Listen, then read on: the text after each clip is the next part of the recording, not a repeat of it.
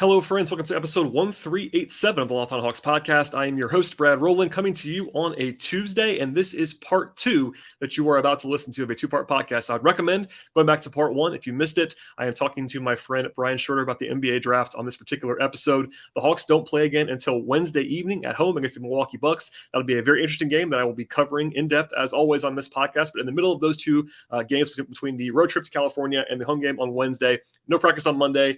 Kind of a quiet time for the Hawks. So some NBA draft coverage. Again, part one should be available right now in your same feed. Go back to that at the very top of this podcast. Then you're about to listen to part two on this show. Brian is fantastic on the NBA draft. I recommend his coverage at the highest levels. And we'll dive back into day-to-day Hawks stuff on Wednesday. But without further delay, we'll get into the intro here, and then we'll be back with part two with myself and Brian Schroeder.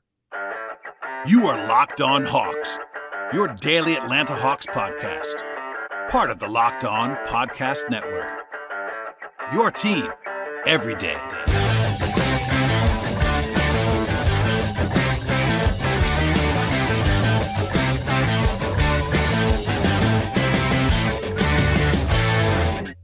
I do want to get into, just generally speaking, we talked about a lot of guys already, but I don't like to frame it negatively, but who are you kind of lower on that we have not talked about so far? It feels weird to say I'm lower on Keontae George because I actually really like him for that kind of, like, compare him to Cam Thomas or Jaden Hardy, who I think the last two guys of that archetype. I like him way more than either of those guys. He's huge.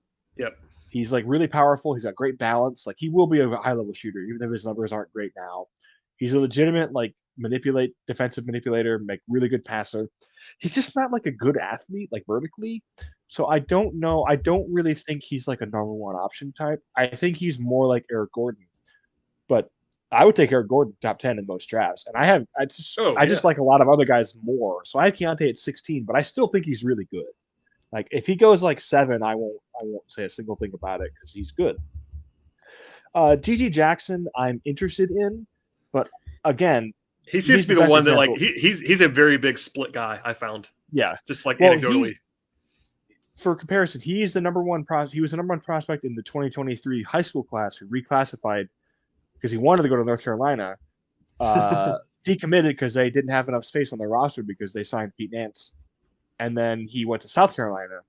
And he's really intriguing. Like, he's 6'9", can really, like, create his own shot from the perimeter, is like a good athlete, has like an NBA build. Like, he just looks like an NBA player. Problem is, it's really hard to evaluate it because he has like a 36 usage. Like, he's a crazy usage South rate. Carolina is awful. Number one, they're awful. Yeah, I mean, that's not always bad for prospects, but it's not helping. It's kind of fun. It's kind of fun to see him, but it doesn't help him. Yeah, he's not going to be doing anything he's doing this season in the NBA for 3 years. Well, plus he's obviously very young. Like, he's reclassified, and he's probably the guy I have right now the least confidence in my evaluation of, like, the first rounders, because, like, I don't know what he is even supposed to be. Like, I guess I know what the talent level was supposed to be. Obviously, he was a high-end prospect coming out of high school. Complete but, like, black hole, no passing whatsoever, no playmaking. He's just shooting. I mean, is he still averaging less than assist a game? I know at one point he was averaging like 1 assist a game, which is hard to do when you are literally the guy on your team, the guy, and he just doesn't pass. It's amazing. But he will still probably be a lottery pick. I just think he might have to be in the G League. Like, any problems that people have with JT Thor, who I was a big fan of, are worse for GG Jackson because he just doesn't have any feel whatsoever. So I pulled the numbers. So I think they played today, so keep that in mind. But as of he was 0 of 8 today. Oh, so, okay, so even worse. They got stomped out by Tennessee. I don't really blame him for that. That's Tennessee's. But no, I'm not saying that. But, like, coming into today, he had a 30% usage rate with 49% true shooting in college. And then he's averaging 0.8 assists per 40 minutes with a 30% usage rate. That's impossibly bad in terms of passing from a guy who is obviously their number one option. So I'm not picking on him. I need to watch him more, but he's leading the SEC in field goal attempts by a lot. Like, that's another stat I'm looking at right now. Like, it's just it's an impossible context to evaluate him in, because, like, no one in the NBA is going to use him that way. He can't be used that way. There's no way. So there's even in the heliocentric NBA we play in now, that's like Luka usage. Well, and obviously, and I'm not picking on him. He's obviously not going to be able to do that, nor will teams ask him to do that in the NBA. It's just not going to happen. So even if he becomes an awesome player, which he might, I'm not saying he won't be. It won't be because he's doing that. Like that, he's not going to be that. I don't think. Yeah. Anyway, so that's a weird one. I would say I'm a little bit lower on Ryan Repair than a lot of people are, but I think I understand why. Again, he's that same Dyson Daniels. He's from the NBL. Is he playing for he's New Zealand, right? I've only seen him play literally once, so I have nothing here. But go ahead. Yeah, but he's just like, I think he has a lot less offensive skill than those guys did. But he is six. He's like a 6'7" two guard with he's like a 7'3" wingspan. And he broke it. He had a wrist injury, and I thought he was out for the year. And he actually played again recently. It sounds like he's probably going to be a top 20 pick, and I understand it. I'm just not it's like Ousmane Dieng for me last year. I understand why. I think I would just rather go somewhere else personally. I think there's a lot of holes that need to be filled before he's like a usable NBA player.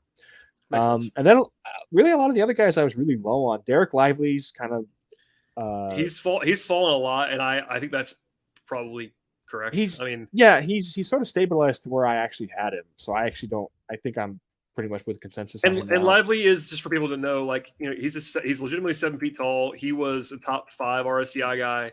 Number one. Was he number one a lot? Okay, so number one RSCI. And the thing is, he's a rim runner. He's raw. He's not particularly good in college. He's not playing a lot sometimes in college. He is, I think, as like a rim protector, he's been pretty good. He actually did pretty well one-on-one against Zach Edey. Which is impressive. Zach Edey's a massive human being. They're the only team that's really defended him straight up, and he had a good game, but he wasn't dominant against Duke. Well, and the thing with Lively is that number one RCI is all good, but he just seems like just the archetype. Even if he becomes what he's quote unquote supposed to be, it's not that valuable. He can't really shoot. It's the Wiseman problem. He's.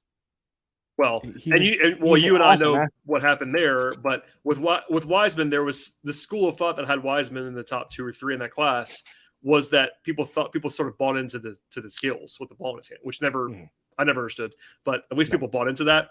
I don't even think Lively even tries to do any of that stuff. And it's good for him that he isn't. Right? No, I agree, but he just feels more like Willie Cauley-Stein to me, where he feels like a guy who would have been a top 10 pick in 2013. Yeah, and I think he's going to be I think based on pedigree and based on what he could be, okay, let's compare him. They're very different prospects, but because he was at Duke last year, who's a better prospect, Mark Williams or Derek Lively? Very different players, despite being 7 feet. Lively. But I was low on Mark Williams. But I mean, you're going to get the non-shooting rim running big. You're going to get the Walker Kessler stuff. It's Walker Kessler is a historically good. Yeah, that's not a comp that you can. Lively is a pretty good college shot blocker. Sure, and no, I think that basically, if I had to guess right now, and it's still early January, maybe he comes on. The talent's there. Where if he started, I don't think he will, and it's not his fault. But they just don't have the. I agree. Creation. They don't have the creation around him.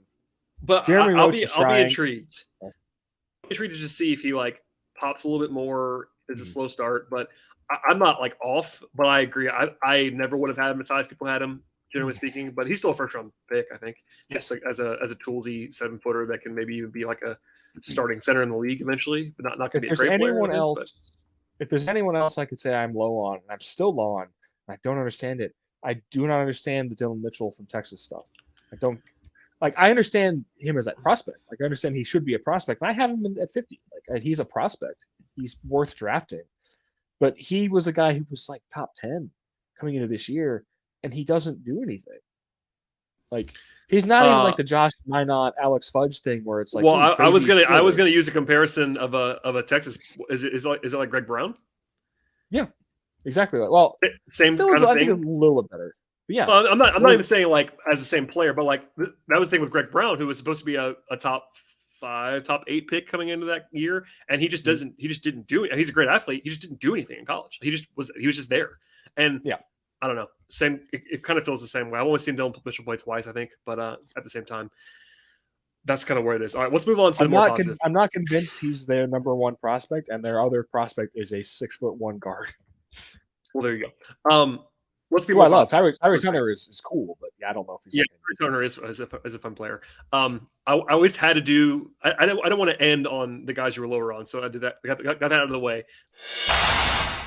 Today's show is brought to you by PrizePicks. If you're looking for a daily fantasy option this year, check out the award-winning app at PrizePicks. PrizePicks Daily Fantasy made easy. I love it. I know that you will too. It's so very easy to use. I can vouch for that. I use PrizePicks almost daily and really enjoy the process in the NBA in particular.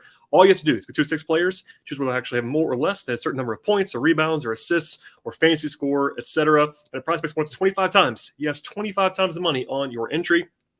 PrizePicks also offers numbers across sports that you might enjoy. That includes beyond the NBA. They have college basketball. They have the NBA. They have the NBA, of course. They have NFL, college football, MLB, NHL, PGA, soccer, esports, and much more. An entire entry can be done just a minute or less. It's that easy and it's that quick. Plus, it's you against the projected numbers. It's that simple. And they also have safe and fast withdrawals at PrizePicks. They're operating in more than 30 states and Canada. And you can download the PrizePicks app right now or go to prizepicks.com to sign up and play DFS immediately. First-time users also have a 100% instant deposit match up to $100 with the promo code Locked On. Don't forget to use that promo code Locked On and sign up for an instant deposit match up to $100. Check it all out now at PrizePicks. Now to get the guys that you're higher on. I think I mentioned the name Bryce Sensabaugh earlier, but anybody else you want to talk about that we've talked about so far that you're all in on? You always have your guys. I know you do. Well, I will have my pitch for Bryce Sensabaugh is very simple. Can you think of any other recent player? Can Hawks fans in particular think of anyone else drafted recently who's 6'6", 230, and his entire game is based on like craft pull-ups and like shouldering people and shooting floaters? And it does sound familiar to a certain NBA coach's son that plays for the Hawks. Yes, Bryce is like a complete freak technician. He is basically unstoppable in one-on-one situations for any college defender. Purdue put Ethan Morton on him, who was an awesome defender, and it was like those videos you see of like when Michael Jordan plays businessmen, where he just gets serious and just 2 jab, pull up, you're done. Like, I don't think I've ever seen a prospect care less about contests than Bryce Sensabaugh. He does not care. He doesn't even notice them. There you go.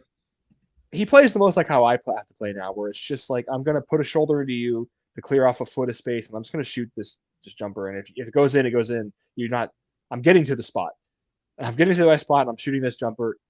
If it's a good day, it goes in, and I'm beating you. And if it's a bad day, it doesn't go in, and I look terrible. That's how Bryce plays. Can he defend? Yeah, a little. He's a little bit of a ball watcher, but he's huge. He's 240. So like, 6'6", He's legitimately 240 because 240 is huge. He might be heavier than that.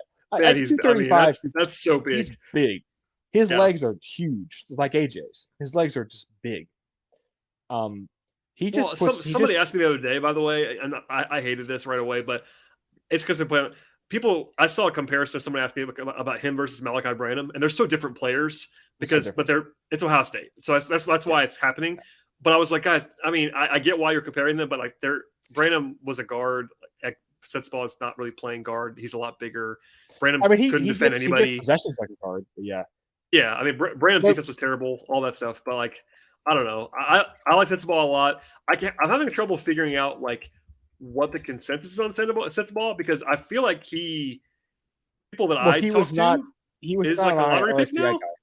Yeah, no, he was not. He was 50 something. I'm looking now.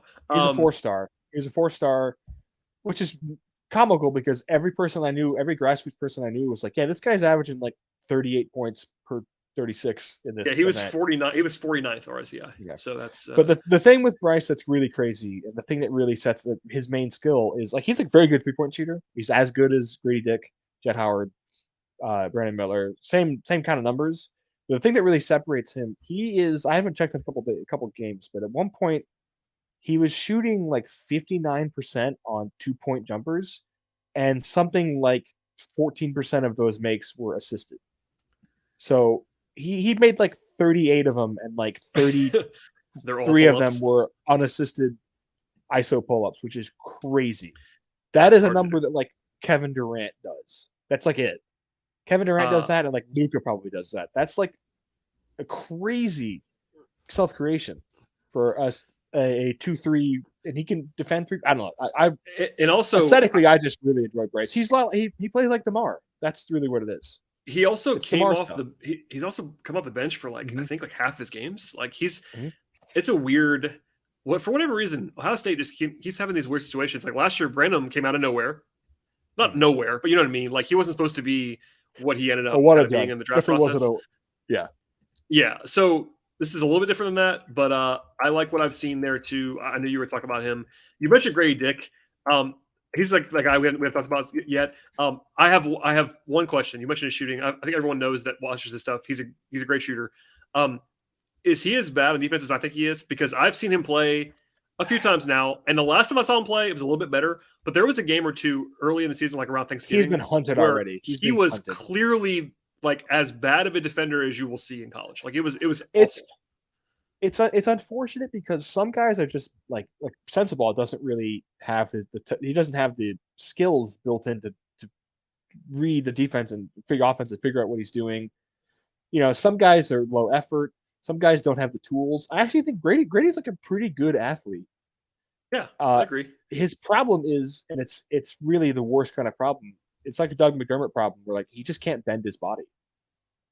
Grady Which is hard to do on defense. If you can't play, if you can't do that on defense, it's what makes him a good shooter. What makes him a good shooter is his torso just doesn't move. Like it's like one of those old action figures which only the arms can move. So he can catch and shoot. He's ready immediately. But like he just can't get low. He can't get around screens. He's too tall almost. Like he's too top heavy and lanky and weird. So yeah, he's just never going to be good. He plays defense like Clay plays defense now, which is not very well. Yes, Clay like the stiff old version of Clay. That actually makes some sense. I had, but he shoots like Clay. He shoots like Clay. So hey, he's going to be a top 15 pick. Like he can really, he's awesome shooter. He's the kind of guy where I don't want to say it doesn't matter because it does, but he's the kind of guy where even if he's just a specialist and he gets hunted, he could still be a rotation guy in the league very easily, just because of the shooting. You know, someone I've seen comps to every white shooter that you've ever heard of. Kevin Huerter gets the Kevin Huerter comparison now because Kevin Huerter's a hugely different player. Yeah, agreed. More like much more diverse. Go to the white shooter comp. Do Joe Harris because Joe Harris is kind of like that. Joe Harris, and even then, like Joe Harris, I think was that possible. Pre-injury, Joe Harris was like kind of a decent defender too. Like he not great. Yeah, he did. I mean, and you know, part of this, if we're being honest, is that he's a skinny, annoying white guy. He's getting 100 just for that. That's part of the deal too. But yeah, I think he's an interesting play. He's kind of one of the simpler evaluations in the draft. Yeah. In some ways, it's just like kind of what you value about him and like how much you care about the defense and all that. Who else? He does have. I will say the one thing about Gradey that kind of makes him different from a lot of those guys is he's kind of an awesome layups guy. Like he's really good at just timing his cuts, catch layup. Lots of really cool angle layups. He could absorb contact and finish. Like he's going to be a really just off ball in general. He's going to be awesome. He's not like a pure specialist. Like he can do some stuff in terms of a couple dribbles in, shoot a 16-footer. Yeah. Yeah. He's not like Duncan Robinson. Like he could do a little bit more than that. Like Duncan, pure specialist pretty much. Dick has more like, I don't know, variation. I'm trying to save Jett Howard for last for obvious reasons. Anybody else that you think you are uniquely high on that we should mention before Jett Howard? It's weird. I want to mention at least some of the other top tier 2 guys. Go ahead. I'm still really high on Leonard Miller, although he's kind of fallen into where I had him. I don't love Leonard Miller, honestly. I don't love him. Sell me. He's having a very productive year. I think the selling is that he still doesn't know how to shoot. Like his shot prep is like the worst you could imagine. He takes some of the worst looking jumpers, and he's still like 31%. Like he has such crazy natural touch that he can hit them. But he's been like an awesome rebounder this year. It's just like tracking the ball. But he's playing the 4 now for the Ignite team, and like playing well. Like he's their second best player. And yeah, he still has like he can square up, he can dribble a little bit, he's a good passer. I still think it's going to take him a couple of years because he was like 6'2" 3 years ago. That's the thing with it. He's one of those guys who for no reason grew 10 inches. He's like 6'11". So Jonathan Bender is the comp I've always used for him, and I know that can scare people.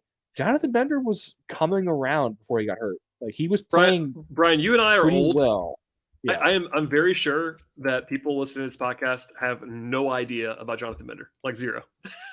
You know what I mean? It's been so long, like since he was even out of the league. Like we were in like high school, you and I were basically. And Jonathan Bender was at one point like kind of a freak in a good way, and it just didn't ever happen. He had one kind of it just didn't happen. But anyway, he was just for the background. He was like a 6'11", toolsy, could shoot it.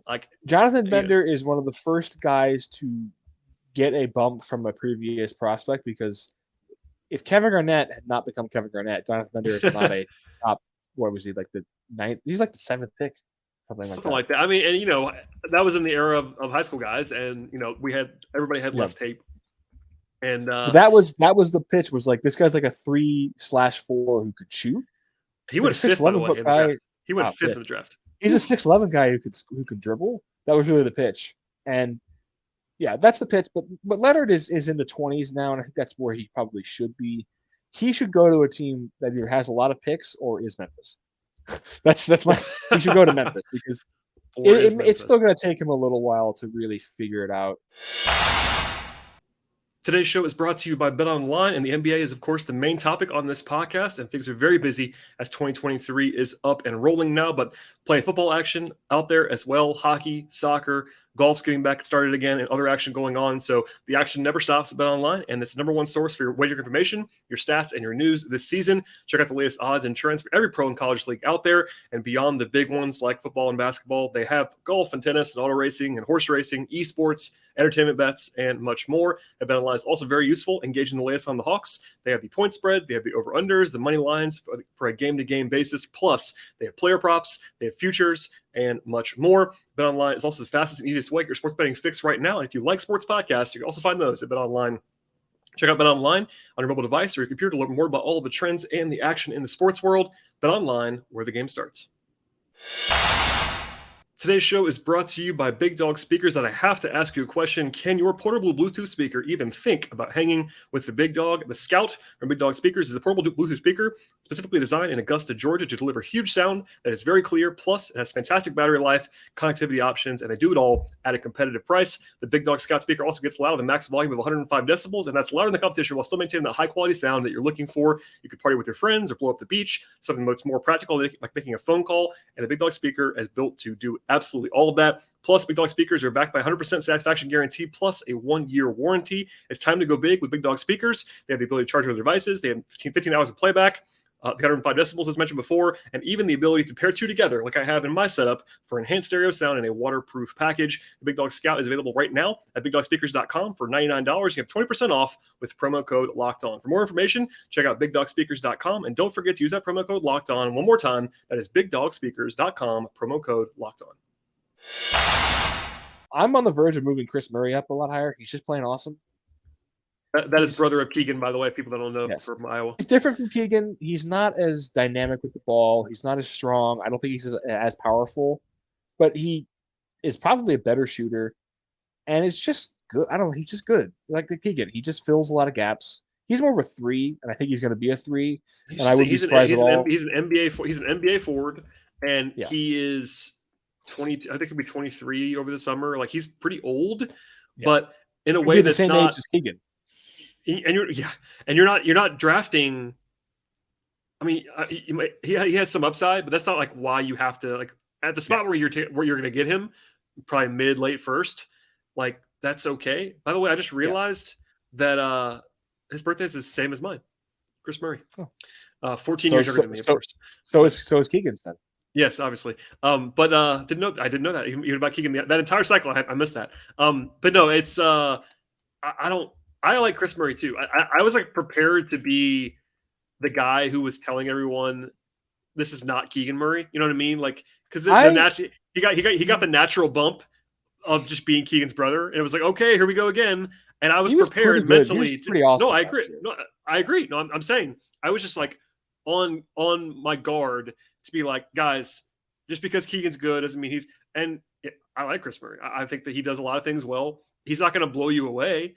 And I never loved Keegan, honestly. I never fell in love with Keegan, but like, he was still in my top 10. It wasn't like he was like, that feels like where he should have been. Like he's going to be a good player for a long time. And I think Chris Murray isn't quite as good as Keegan, but at the same time, like a lot of the same appeal and a guy who has good size. We talked about forwards before. I think pretty high floor player. Like I think he can shoot it, like you said, can play a little bit of defense at that size. What is he, like 6'8"? He's 6'8". Yeah, he's 6'8". I mean, that player type as like a hybrid 3-4, like I think I'm with you closer to a 3. It's really valuable, man. Like just be a plug and play rotation guy. Like, sure, sign me up. And you say I think there's one team in the late teens who's probably got him targeted. That's probably the Kings, which would be fun. That would be interesting for sure. They're at 19 right now. Together. That'd be fine pickup, like especially because they're probably not keeping Harrison. They're probably not keeping Harrison Barnes. So no, they almost traded Harrison Barnes to the Hawks for John Collins. That almost happened over the summer. Anyway, anybody else? Let me go through the rest of it. So we mentioned Jordan Walsh. Jordan Walsh, again, if this was like 2008, would be a top 10 pick because he's 6'7", 7'2" wingspan, awesome athlete, awesome defender. Just can't really score. But like he can do something. He can pass a little bit. He can move around. Terquavion Smith, I'm a big that people have caught up. He should have been in the draft last year. Same pitch. I was surprised he pulled out at the end last year because I think he would have gone in the first round. He will this year. Oh, he definitely will this year. Yeah. Terquavion is the same pitch as Bones Highland or Anthony Simons, where it's like it's just incredibly skinny, like way too skinny to be like a full-time NBA guard. But these guys can shoot up 30 feet and like just have sauce. They just can. They're just good. Like they just can score. He's like 6'3", 6'4". Kalel Ware had a good game today. I'm a fan of his. Unlike Derek Lively, he has other skills. Like he's a rim runner, shot blocker, but Kalel can is starting to like dribble into like 18-footers and shoot floaters and can hit spot ups. So I think he's a legitimate I would have told you he was like Dan Gafford about 6 months ago, but I think he's more like Bamba. That's kind of the pitch of this guy can shoot. He's gonna have games where he doesn't look very good, but he's gonna have games where he looks awesome. Late teens. Kyle Filipowski. He's a legit 7-footer, right? Kilo Ware. He's got legitimate 7 feet size. Yeah. He's gonna be like a 6'10" and a half, 6'11" without shoes. Yeah, he's huge. Kyle Filipowski from Duke, I'm not crazy about, but he's been super productive and is a legitimate ball handler and shooter at 6'10", 6'11", 235. So there's a Kelly Olynyk kind of player in there, or Frank the Tank, or I'm trying to Hawks fans are not going to like that very much. I'll tell you that right now. No, I mean he's Frank couldn't dribble. That was the thing. Frank is a decent passer and can shoot, but Filipowski can handle. He's a great because he has a twin brother. He has a twin brother who was a full-time center, so he was he had to handle when they played together. He was thrust to the perimeter. Yeah, and he's good at it. Yeah, he can. He just has that skill. I don't know. Larry Markkanen's doing well with that skill set, so we'll see. And then the other guy I want to mention before we get to my two sons. I becoming a big Taylor Hendricks guy from UCF, but he's been caught up with. People have caught up. I was about to say he's been rising. I've not seen much of him, so I don't have a huge opinion yet, but I've seen him skyrocketing. The idea, he's kind of an interesting contrast to G.G. Jackson because he's got good usage, but his usage is all pick and pops, like rim runs. What he's doing right now, he could do in the NBA, and he's right now, if he continues, he's on a little bit of a cold streak shooting, but he was shooting 47% three. That wasn't going to last. He's on pace to be, I think it'll just be him, Chet, and Jaren Jackson as far as guys who block 40 shots and make 43s in a college season. That's the pitch. 6'9". He needs to put on a little. He's just not strong. He's real thin. Jarris Walker basically suplexed him that whole game. It was rough. Jarris just pushed him out of the way every time they matched up together. But he can run around screens and shoot threes. He is just a good secondary shot blocker. Just a good. You watch him. You see, I always like when there's one prospect on a team because you can watch live and you just watch that guy. And Hendricks just stays connected defensively. He just understands how to when to play drop, when to pressure, when to blitz. Just a quality defender. The best thing I'll say about Taylor is he's had his like 1 for 8, 1 for 9 shooting games, but I would never say he has not had a bad game that I've seen. He just does things. He boxes out when he can. He gets rebounds. He finishes, on the offensive glass. He's had a few plays where he takes a few dribbles and like shoots like a runner, but just a good 3-and-D 4 kind of player, which is Jay Crowder type. I don't know how else. The guy he actually kind of looks like to me physically is Darrell Arthur, but Darrell Arthur wasn't shooting like that. Or like a Patrick Patterson. I think that might be the kind of player he is if he really develops and like puts weight on. And like Patrick Patterson in 2023 is a lot more valuable than Patrick Patterson in like 2012. Just with the way the league's gone. That's true. I really like Taylor. He is exactly 1 year younger than Brandon Miller, which means he's normal freshman age. Right. Yeah, and then I like this. Colby Jones is going to get some burn from Xavier. He's just like super competent. I'm kind of worried. He kind of reminds me of like if I stacked up his skill set of like Jacob Evans, where like he doesn't do anything well, but I think he's a better athlete, and he's just like, I don't know, 2-3, can pass, can defend, can shoot a little bit, can finish. Just kind of does a lot of things. He'll be great for a bad team to get because he'll raise up your just overall competency level of like just being good. I don't know. Yeah. And then I'd be remiss if I didn't mention 2 more guys before I got to the last couple. One for me, one for you. Miles Kelly at Georgia Tech is shooting the lights out of the ball lately. He's 6'6", just super crafty. He's probably a guy for next year, but he's been really good the last like 3 weeks. Like he's been awesome. And then my beloved boy, Jalen Hood-Schifino at IU, is the reason I wasn't in on him as like a one and done guy, even though he's a 6'6" point guard, is I didn't really think he could shoot. And suddenly he's like a good year. Like he was lighting Iowa on fire. Even though Iowa ended up winning that game. He was killing Iowa. Super crafty, awesome passer, shoot 6'6". So like, Spencer Dinwiddie. Those guys will always get looks. Always. But yeah, those are guys I would maybe take in the first. Baba Miller is maybe the other guy people might have heard of. He hasn't played yet because he got suspended for nonsense eligibility. For literally no reason. Yeah, it's absurd.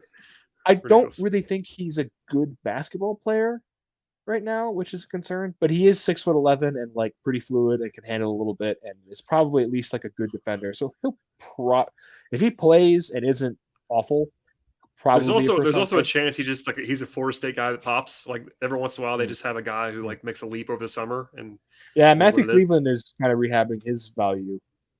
So maybe he gets drafted this year, but that they didn't have that guy last year, which is why they weren't very good, and they're not very good this year. They're not, but maybe it's him because he's not played yet. So, but maybe that'll fix it. But Leonard, he's preparing them to be men. I don't care how with the team. I love Leonard Hamilton, so absolutely. Former NBA head coach as well, Leonard Miller. Leonard Hamilton. I should at least mention. I mentioned Derek Whitehead.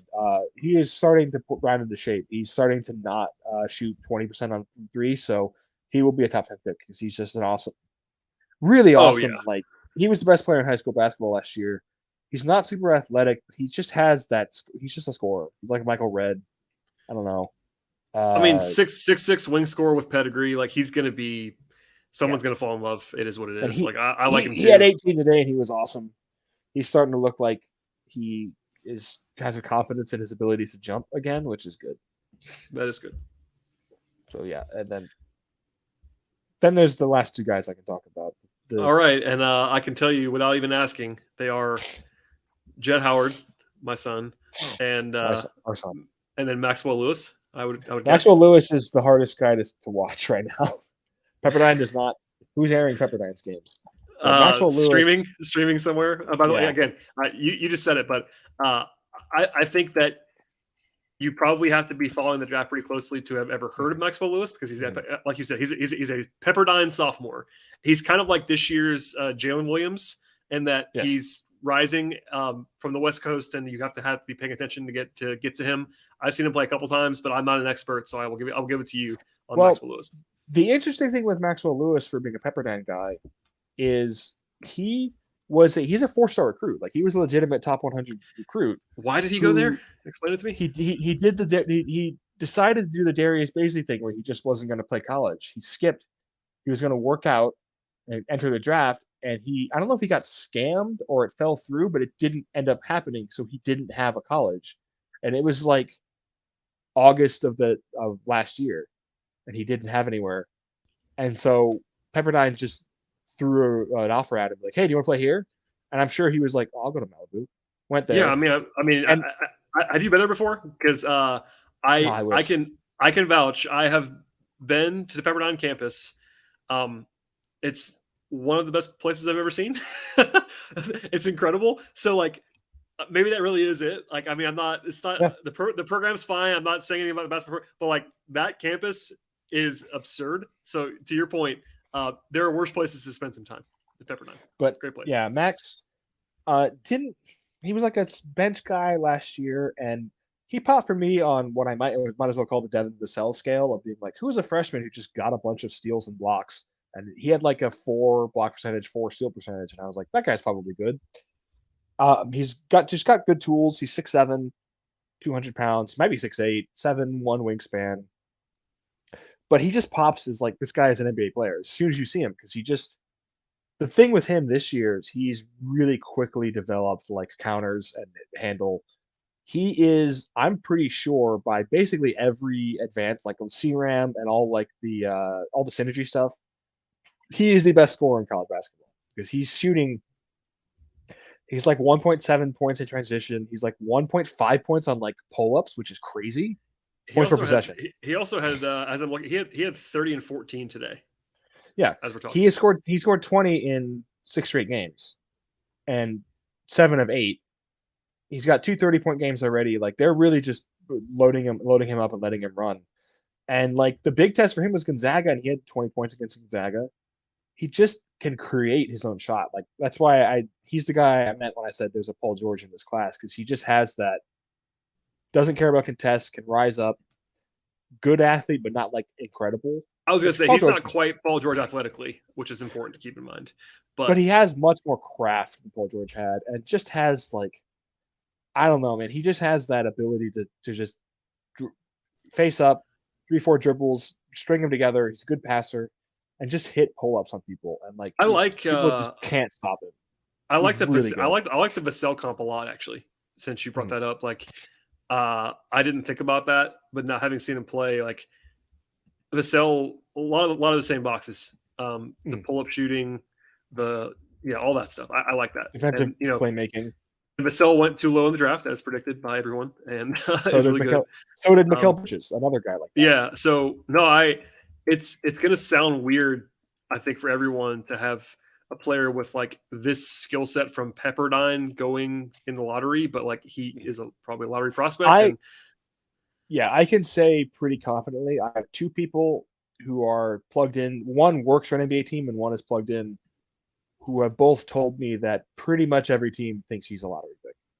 And it's only going to go higher when he gets into workouts, because he is, more than anybody in this class, people are going to see him, see the way he's built, see him take like a 28-foot, like do like a 4 or 5 dribble thing into a 28-footer and be like, okay, like that, yeah, I get it. So he's going to go. He's going to go. At very least, he's going to go top 20. And I'm glad this isn't everything by any means. I'm glad you explained his weird odyssey post high school, because I'm looking at his offer list, and these are sometimes wrong, but I'll trust it for now. If it's 24/7, it's usually right. Yeah, he had offers from Baylor and Oklahoma and Arizona State and Utah and St. John's and Texas A&M and USC. Like, he had real high major offers. So this is not a guy who like truly came out of nowhere, like you might think for Pepperdine. Like, so that is good context that I actually wasn't super aware of. So keep that in mind too. But yeah, I've loved what I've seen. If you look at his crystal ball, he was supposed to go pro, and that fell through, and he just had to sort of figure it out from there. So yeah, which, it happens. But no matter what, he's there, and I buy it. We'll see. I'm sure people want to look at him, and you made the joke, but it is hard to watch guys from Pepperdine. It's just not they're not on TV a lot. You got to be streaming, got to be synergy, and all the stuff that you need to do to watch those guys. But he has some of the toughest makes. Him and Sensabaugh, to me, are the 2 guys who have that thing that Brandon Miller does not have, which is just that ability to square up and hit tough in paint, like paint adjacent twos, which is still, as much as not to make out myself as too much of a Bulls fan, but like there's still value in that. DeMar is still cruising. DeMar's having another great year. He's still very good. Yes. All right, Jett Howard time before we get out of here. I have him 7th, and he may go higher. The most perfect boy. Yeah, I don't know if I think you're probably higher than the consensus, but that might change. I think I mentioned it earlier, kind of cryptically, but he went to it was Iverson Classic last year in Memphis. That's the one, right? And everyone was like raving about him. Like, and he wasn't supposed to be, obviously he was a good prospect, but there were like top 10 guys in that class at that place. And everybody was like, is he the best player that's here right now? Yeah. And maybe that was kind of the announcement, other than obviously he's Juwan's son, which gets some attention as well, but he's very good. And I'll let you take it from there. The thing with Jett is when I first heard of him, he was like 6'3". He has gotten bigger. And it was like, Juwan has like that was the thing. Even when Jace committed to Michigan, his older son, who's just like a college player, who's fine, he's okay. The thing was like, he has like a guard. Like, his son Jett is like a 2 guard who can really shoot. And then, like a year later, I saw him and I was like, that guy's like 6'8". He's like 6'7", 6'8", and is still the same kind of like. It's really weird to say this because it usually doesn't happen. Like I joked about Iowa. More middling prospects should go to Iowa because McCaffrey will ramp that usage up. Like if there's one thing I hate more, my least favorite thing about college basketball from a scouting standpoint is that sometimes a guy will just like, this happens with Sensabaugh a lot, even though he has crazy usage. They'll be standing in a corner with their hands up, like, "Hey, I'd like the ball," and it's some guard will just be dribbling around in circles while the clock runs out. It's like, at some point, the coach needs to be like, "Hey, we're running plays for our best player." Like, it's really not hard to do. If your best player is a center in college basketball, then it's really easy to do because they just throw him into the post and let him shoot a hook shot. It's a good job, good offense. Oscar Tshiebwe should do that 15 times a game. Good idea. Drew Timmy. Yep. Well, Drew Timmy's good at that. At least. He actually is. Yeah. But like, it's weird to say this for Juwan because it's his son, but he really we need to crank that nepotism slider up. Like it's because Jett should not be taking 8 shots in a rivalry. I agree, and obviously this is the program I watch the most for obvious reasons at Michigan, and they still, and I get part of it. They play through Hunter Dickinson a lot. He's really good, and I get that. But I think Jett Howard is underutilized still, despite being the coach's son and the best perimeter player on the team. So because like he can dribble, he's a good handler. The comp for him right now, even if he doesn't get any better at like actual self creation, he could be Cam Johnson right now. Like he's that good of a shooter. He's huge. His defense is okay. Like he gets beat, and he's also not 25 years old with a bad hip like Cam Johnson. Yeah. So and Cam Johnson won the lottery. And he's not about. And Cam Johnson's about to get paid like $60 to $80 million at least. Oh yeah, he's going to make good money because he's a good player.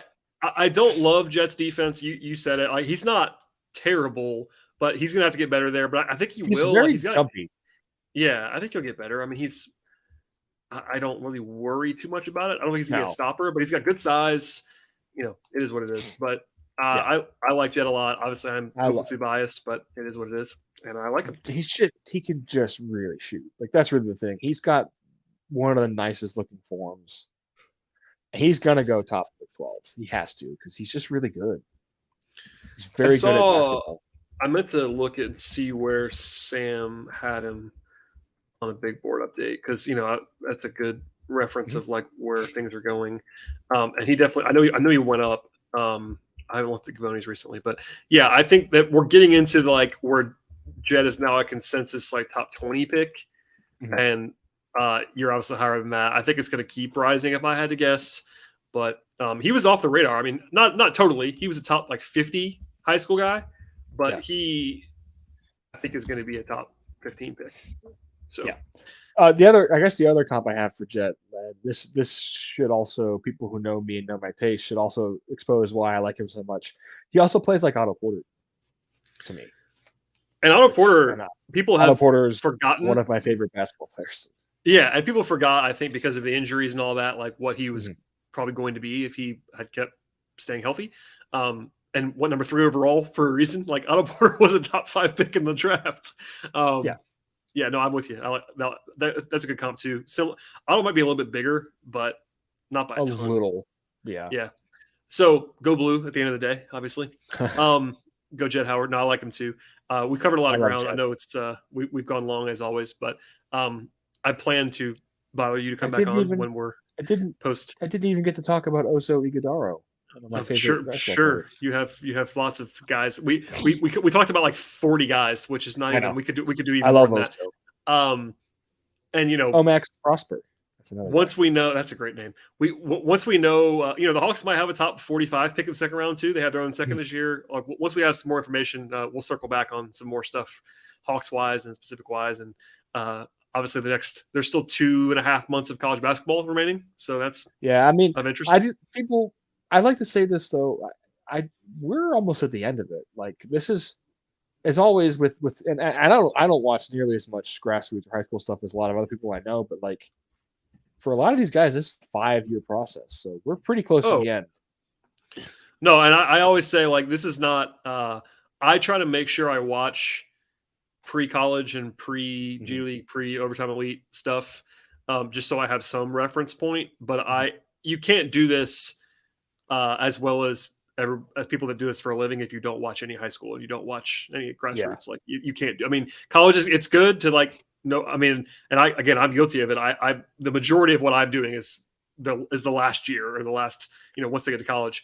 Me too. This evaluation stuff is certainly starting long before, especially on the top guys, and it's very good context. Like speaking of, to bring things full circle, AJ Griffin, it would have been very difficult to have a complete evaluation of AJ Griffin without watching him extensively in high school. Like, or without watching him on the U17 team where he all of that was 100 times better than Jabari Smith was. Jabari Smith was pretty good, and he's an outlier in some ways because of the injuries. So like you needed pre-college stuff. Again, that's what I would say. Yeah, you needed more pre-college context on AJ than most prospects because of that. But still, like it's useful for everybody. It was useful for Paolo. Paolo was the same way. He's very very useful there. Like, anyway. So long story short. Yeah. If you can find the time to watch some high school these next 8 weeks are kind of the end of it. I almost view the tournament itself as like a epilogue for scouting. And it gets overblown always. There's the interview process. There's workouts. Yeah, that stuff. I would say the interview process and the workouts matter more than the tournament does. The tournament, there's usually like one guy a year that like inexplicably pops. Like I call it the Malachi Richardson, where like. Everyone that's been doing this for a long time is like, no, that doesn't work. But he has one good 3-week period, and his first round pick, and there you go. Shabazz Napier. At least Shabazz Napier was like a good college player. Yeah, Peyton Sieville. Oh God, that hurt me. That hurt me at the end of the podcast. All right, Brian. Well, please plug. The opposite of that is Franz Wagner, then, who had a bad tournament. He had a terrible tournament. Good? He was awful. No, he was an awful tournament, and people were like, "What? This guy?" I'm like, "You got to watch Franz Wagner. He's really good." Was awesome. Yeah. All right. Well, if you need any further proof of how good Franz Wagner was at Michigan, look at Michigan now that they don't have him the last 2 years. That is correct. Him and Isaiah Livers, very useful players that were no longer there. And Xavier. Of course, our mutual friend Xavier Simpson, and his running hook shots. I should. To bring this full circle before I plug myself, there is a funny Xavier Simpson tie in this draft because Ausar Thompson especially name dropped him in an interview. He said he's trying to work on that shot. He's been trying it out a few times in the game, which is great. I want a world class athlete to be doing this stupid Xavier Simpson hook shot. That's the best. I mean, I would go to Valhalla if that happened. That'd be incredible. Now I'm going to look for that. He did it. He did it at least once this year. I saw him do it. I would love to see that. That's I'll have to find that clip. All right, Brian. Where can people find your stuff? You are covering the draft all the time, so please share where they can find you. Twitter right there, and then my Patreon link is in my Twitter. It's Brian J NBA, which actually that's my channel now. By the way, I should have told you that. It's different. Oh, I use the old one. That's my fault. So yeah, please. I only changed it. I only changed it because I kept forgetting which one was my handle. For audio purposes, people that are not watching on YouTube, your Twitter handle is what? Brian J NBA. I changed it. There you go. Also sounds Brian better. J NBA.